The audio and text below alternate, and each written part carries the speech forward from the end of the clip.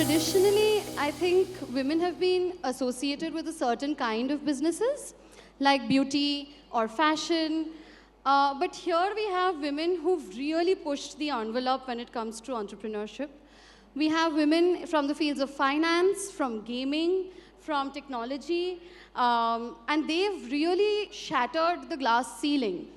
And without really further ado, I will straight on jump into asking them and learning from them today. So Meena, my first question would be to you. Astrology traditionally has been a very offline domain. People have gone physically to astrologers to seek guidance. And what made you transform this into an online business and make it as big as Astro Yogi is today? And how did you manage to do it? So when we started, we were actually, powering the telecom space, Airtels and Vodafones of the world. We were running call centers. So that's where the genesis of this started, and I was more of a, at that point in time, of a content curator as well. So that was the vast, but then things changed in 2016-17, and then we pivoted to being, customer-facing, and then we launched an app. And from there, that's where the genesis of this journey of being completely consumer-facing has started. And how have you built people's faith online? Like, how do you make people trust and build credibility for your platform? Because a lot of astrology is about believing the people you're seeking guidance from. So how did you manage to build credibility for the platform? So privacy and trust is a huge, in the beginning, of course, a lot of this trust came from, because we had all the biggest names in the industry who were tied up with us. And then we have a lot of stringency about privacy, and people, over a period of time, they try something out of curiosity, but when they see that, privacy, quality, trust, all of those things, are parameters to measure all of those things are very, very stringent. It comes, and of course, of late in the last 3 to 4 years, Astrotech, Faith Tech has, is absolutely exploded. It's absolutely exploded in a huge way. We're finding, a demographic of, our largest demographic today is 18 to 35. Most people think that the demographic would be much older. They think that, it's people who are 50 plus or people who are not using. But no, our largest demographic is a much younger audience. That's very interesting to know, because I would think that it was my mom's generation or so that was into it, but it's very interesting to know that the younger cohort, 18 to 35, are using an Astrotech app in large numbers. They are. I will move on to Neeti Sharma from TeamLease. So the job market is ever evolving, both from the employer's end and from the end of people looking for jobs and what they want their workplace to be like. So how does TeamLease adapt to this forever, ever evolving demands? So good question, and thank you for having me here today, Rupsha. There's this whole thing about every time we go to a company, they end up saying, "Hame log nahi milte." Right? And I'm sure everyone on the panel here will also echo that we don't get the right set of people. And when going to colleges, when I'm going to other institutions, I keep hearing that there are no jobs for them. So unemployability is a bigger problem than unemployment in our country. Okay? What we try and do is we do this supply demand match. We bring in the right set of people for the right set of requirements. Of course, बीच में massage करना पड़ता है. आपकी ये skill कम है, how do I help you upskill? How do I tell you this is the gap? Please learn and come back, okay? Because this is changing every day.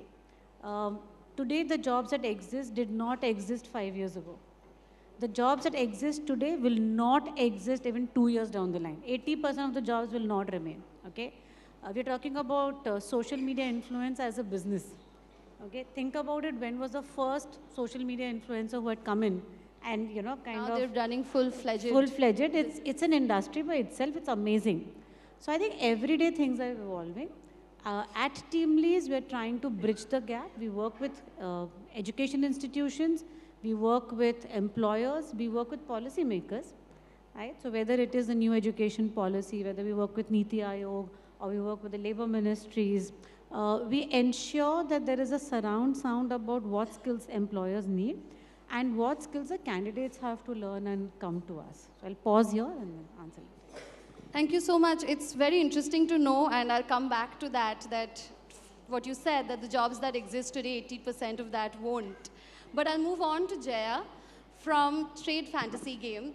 So fantasy gaming is not only highly competitive, but it's also a very male-dominated field. Gaming itself, the numbers have always been skewed, where male gamers far outnumber women gamers. So what motivated you to enter this space, and how has your journey been so far? See, I think, thanks for asking me this, because it's high time that we spoke about something like that, right? Now, what motivated me, honestly, when I was opening this venture, मुझे तो business बनाना था. And I had worked for multiple MNCs like Airtel, I worked for BBC, I worked for so many, right? Now, I was aware that 4G आया है, 5G भी आएगा, and there was a massive, massive digitization that India was going through and still is going through. And so I think my motivation was to make absolute business, and this was a great, this was a great opportunity to do one.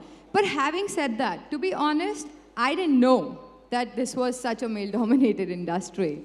Now, when I got into it, that's when I realized that, hey, where are the women, right? Now, not just from a founder perspective, there are very less women. Even from a technical programming perspective, you barely find women, and I think, Neeti here can vouch for that you will not have a lot of women in pure programming tech roles. Now, having said that, why can I talk about it is because I've been running this business for the last 3 years, and I've barely found women, even though I try to consciously find women in these roles, right? So yeah, I mean, it's been a great deal to find great talent. It's been a great deal to find founders to connect with as a woman. And I think more than that, to prove myself that, hey, this is a serious business for me. I mean, I could be a woman, but I'm serious about what I do. So it doesn't matter. I don't have to always be doing skincare or clothes or something that, very normally, becomes a womanly thing, right? I mean, gaming and tech is equally a woman's thing. So I think that's where I'm at, still trying to prove it. I'll just quickly come in to add to what Jaya was saying. Yes. She's bang on that in the tech industry, at the entry level, there are only 36% women, despite the fact that we have 50% girls who take STEM education, and by the time they reach boardroom, it's only 7 to 8%. So that's where we are in terms of women participation.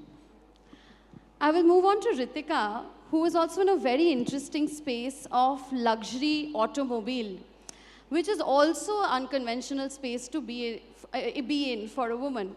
So what challenges did you face while you were trying to break stereotypes while driving the most cool cars, if I may put it that way, the Mercs and the BMWs and the Mini Coopers? What was your challenge while you were trying to shatter these stereotypes that only men can have these very huge, great-looking cars? The challenges is the stereotype attached to the position I am in today. Because if we talk about it, per se, people feel that choosing a luxury car today is a man's job. A lot of people feel that woman doesn't have enough knowledge to choose the car which is right for them to use or for the family to use. Also, I feel somehow the women feel like how in the financial status also they feel that they are probably not good enough to take that decision. My role as per when I come into this, I think I was trying to not break stereotypes, but I was trying to live an example for all the women that it's nothing like that. If women can run countries, if they can run households, if they can run businesses, we can very well run and drive our own supercars. So I feel the main challenge was to create a community, which I have by the name of Queen's Drive Club. It is India's first women's supercar club, and which has about 150 members at the moment. where we as women, we try and build, by example, a space, a sisterhood, all these women who have this passion of driving supercars and telling the world that if we can do it, you can do it too. So, Absolutely. And taking a leaf out from what you said, I will go to Shruti. You said that women, despite earning, sometimes don't feel or are made to not feel capable enough to take their own financial decisions, like buying a luxury car. And fintech is actually transforming the financial landscape in India. And Shruti, I want to ask you, why did you launch StashFin and what was the gap you were trying to fill in the market? So StashFin is a fintech company that provides loans to people. It could be for different reasons, education, upskilling, starting your own business, or just to buy an iPhone, or any emergency needs. So, I was living in the US, and the minute you land there, you can go to any bank and get a credit card. After living there for 10 years, when I moved back to India, I couldn't get a credit card because I had just given birth to a child and I was unemployed by choice. But it was very strange because when I had lived in the US or moved to the US, I had gone as a student, still unemployed. I was very surprised. The economic bracket was much higher. India has 200 million households, which are the belly of India, the middle class, which are underbanked, underserved. And me coming from an economic background, which I came from, I was very surprised not to get a credit card. Hence decided to serve the underbanked. And it has been a great place to be. You read about fintech, you've seen how it's transforming. India, in terms of transparency, now everyone's on a UPI, everyone has an app, one payments app, and banks are forced to serve those who are underserved. And feel pretty proud in saying that we have 30 lakh customers, and we are very proud, and we believe in one thing: no one should be credit starved, no one should be underbanked. Well said. I will come back to Meena here, and I want to understand that you're actually a woman in tech, because Astroyogi is an app first, and the technology forms a core component of the business.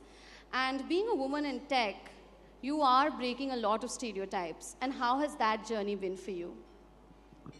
That journey has actually been tremendous because if I look back 15, 17 years ago, when I would go for conferences, mobile VAS conferences, or internet conferences, I was the only woman in the room. I was the only woman, 200 men and one me. And and no one would talk to me. No one would actually talk to me. I mean, I don't know what there was that they found intimidating, but for whatever reason, yeah. So that journey's been a long one, and it's absolutely fabulous to see how many women are now in tech, and how many women have come forward to be part of this. My journey was more unusual simply because I was not a software developer. I was not someone who had a developer background. Right. I just had a need to be part of the internet and the value-added services story. I wanted very badly to be in that space. Ironically, though, one of the things that I'm seeing a lot of people talk about them being women, I never ever saw my challenges as being a woman. I saw them the challenges of being an entrepreneur. And I feel that all entrepreneurs do have those challenges. I don't necessarily feel, of course there are, I'm sure women have experienced otherwise, but my own experience was that those were very entrepreneurial challenges. I see, Yeah. I see. But it's been nice. I will move on to Neeti, and I will take a leaf from what you had said earlier, that 80% of the jobs that exist today won't. And something a lot of us keep thinking about is AI, will AI take our jobs? And I want to ask you, with AI being the buzzword today, with automation and AI coming into the picture, how is TeamLeads adapting and telling the people when they are trying to be hired what their core lookout should be? What has been your advice? What has been your observation? Sure. So I think before I respond to your question, Rupsha, I would just say The joke around in our circles is AI is like aloo. Kahin par bhi dal do. You know, and that's really what's happening. Everyone's talking about AI, Gen AI, but not everyone's realizing actually what the use case is and what the impact is going to be. So great question. Yes, there will be disruption. There will be some jobs that will not exist in the short term. There will be many jobs that will not exist in the long term, given digitalization and the advent of AI and MLs. And there's so much intelligence happening today in the world of technology. And there are 2 more women here on the panel who deal with tech on a daily basis. So yes, things are changing on a recurring basis. But something that we've been harping about with all our job seekers is we have to stay relevant, we have to stay agile, and we have to be reskilling ourselves on a continuous basis. We can't be complacent. In India, we have this thing, ek naukri mil gayi hai, my life is set.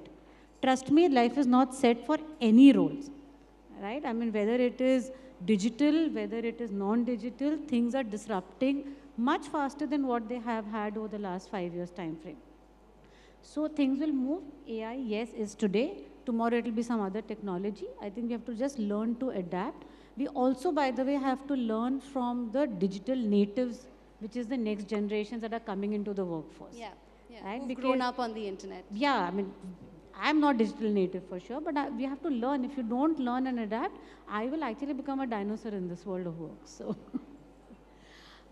Jaya, I want to ask you that there are a lot of regulatory and ethical concerns around fantasy gaming. And how do you ensure responsible gaming practices on your platform? I think I want to firstly clarify that there is a difference between skill-based gaming and chance-based gaming. So to put it very clearly for the larger audience, chance-based gaming is typically your casino games, right? That's not what we do. We absolutely do only skill-based gaming, which actually is abiding by a lot of compliances in the country. Right? That includes responsible gaming, that includes age gating. Age gating, for example, that there's nobody who can enter the platform who's below the age of 18. If there is a banned state where even a normal online game, which is, let's say the incumbents that exist with us are also coming under online gaming. So we also have those compliances that we follow. We're an extremely transparent platform, paying the new TDS and GST on behalf of the users as well. We do have, limitations on the kind of deposits you can make or the kind of gameplay that you can keep. For example, you cannot play for more than a certain hours on the app. So those are the kind of compliances, and also the data privacy law that's just come out is highly followed on our platform. So I would say that is what makes us very, very compliant to the regulations. However, in terms of ethicality, there's a lot of perception I've had to fight, wherein I tell normal people that I'm doing gaming and they look at it as like, is it gambling? But it's not, right? So you can't be, and of course I understand that even video games today have its own repercussions. And that's the reason it's responsible gaming. It's as much required for us as it is required for OTT platforms, for that matter, where consumption is being looked at too. So that's the way we followed all compliances and the regulations that are put out by the government. Thank you for that. Ritika, in the luxury car segment, consumer behavior has really evolved over the years. So how has Big Boy Toys adapted to that? So Big Boy Toys has always been right there with the Gen Z attitude. Like the moment most of my team, which works for me in marketing, is also Gen Zs. And we are one of those who like to adapt to see how the consumer is currently behaving. Currently, if the consumer is much more active in a way that they are much more aware on social media, they can really make the difference in what kind of things and lifestyle they want to lead. They are more into going towards sustainability, going more towards EVs and hybrid cars. So when Big Boy Toys come into picture, we have widely kind of evolved our car collection, going from the diesel to EVs and more of hybrids, because that's what the consumer wants today. changing ourselves in terms of doing a lot of collaborations with different portals on social media and podcast and other platforms, because knowing that our consumer is mainly there today, or trying anything that's new and which is not that popular yet, because we feel that let's just jump into first, because a few years down the lane, that's where the market is going to be. That'll be the in thing. So we love evolving ourselves. We love being first in the trade or doing and trying something new and see whether it works for us or not. Right. We are not someone who thinks more about the failures, but we just feel that we want to be the first one to try. Try something out. Shruti, my last question to you. What are the biggest myths about women in finance and fintech that you would like to address and break? I think the panel's already addressed one. Women don't understand technology. Women don't want to pursue technology even after studying technology. So even though we are fin and tech second, mindset is all technology. So we generally find challenging to hire talent in technology. So we have a special program. Anyone who refers a woman in technology in the company gets a referral bonus of 1 lakh rupees. So we know we want to encourage a lot of hiring in technology, but unfortunately, very little talent is available. Second challenge, what we find is on the leadership side. Worldwide, there are only 15% women who are in fintech.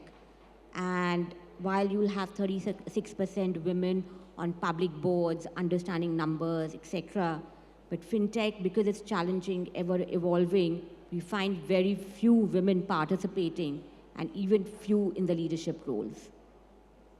I can see the red board up there, so I will quickly, in 30 seconds, I want to ask one question that I want all of you to answer, which is that one mistake that you may have made in your journey as an entrepreneur that you really learned from, because I think mistakes can be the building blocks of something greater. So what is that one mistake that you may have learned from? Definitely that I doubted myself. In the early days, I doubted myself. I always thought that, and it's taken me a while to figure out that self-doubt is actually maybe in the early days what had held me back. Once I overcame the self-doubt, there's been no looking back. So I think that made a huge difference. I think that's something we can all learn from, that self-doubt harms more than it helps. I would just call out saying power of networking. I wish I would have learned about it a lot earlier, because when network of mentors, colleagues, friends, they just help you grow, right? And they help us create an ecosystem, something that I think I learned much later in my life. Yeah. This is, I think, the second time somebody said this on the stage today, that networking is up top when it comes to entrepreneurship. What about you, Jaya? I think don't take regulations lightly. They can affect any industry. It doesn't matter which industry you're from, and things can change. But I think my advice would be to navigate through them. Keep evolving, stay agile, especially for a tech business. You have to be very agile. So that's one thing I'll say. Adapt on the go and keep learning then. What about you? I personally feel that in an entrepreneur's life, there are no mistakes. Everything that you do is a learning lesson. You just have to take it in a positive mindset and move forward, because you yourself are a baby. You're like growing up a baby, and everyone's a first-time mother. So there are no mistakes. You're doing best at whatever we are doing. I think that's the outlook. Entrepreneurs really need to adapt. So I'll take it for her. There are two for me. Not asking for help. Ask for help. And there's nothing called over-communicating. These are two learnings which I'm using now every day. Asking help of team, asking help of family. I think it's really important that you over-communicate and ask for help, because as it's your baby, you can't really let go of it. Now you have it. You might as well nurture it with best help. Very well said. Can we have a big round of applause for all our panelists? I think ask for help, make more mistakes, don't consider them as big mistakes, and keep learning. I think we've learned a lot collectively from the panel today. Thank you so much for joining us. Thank you.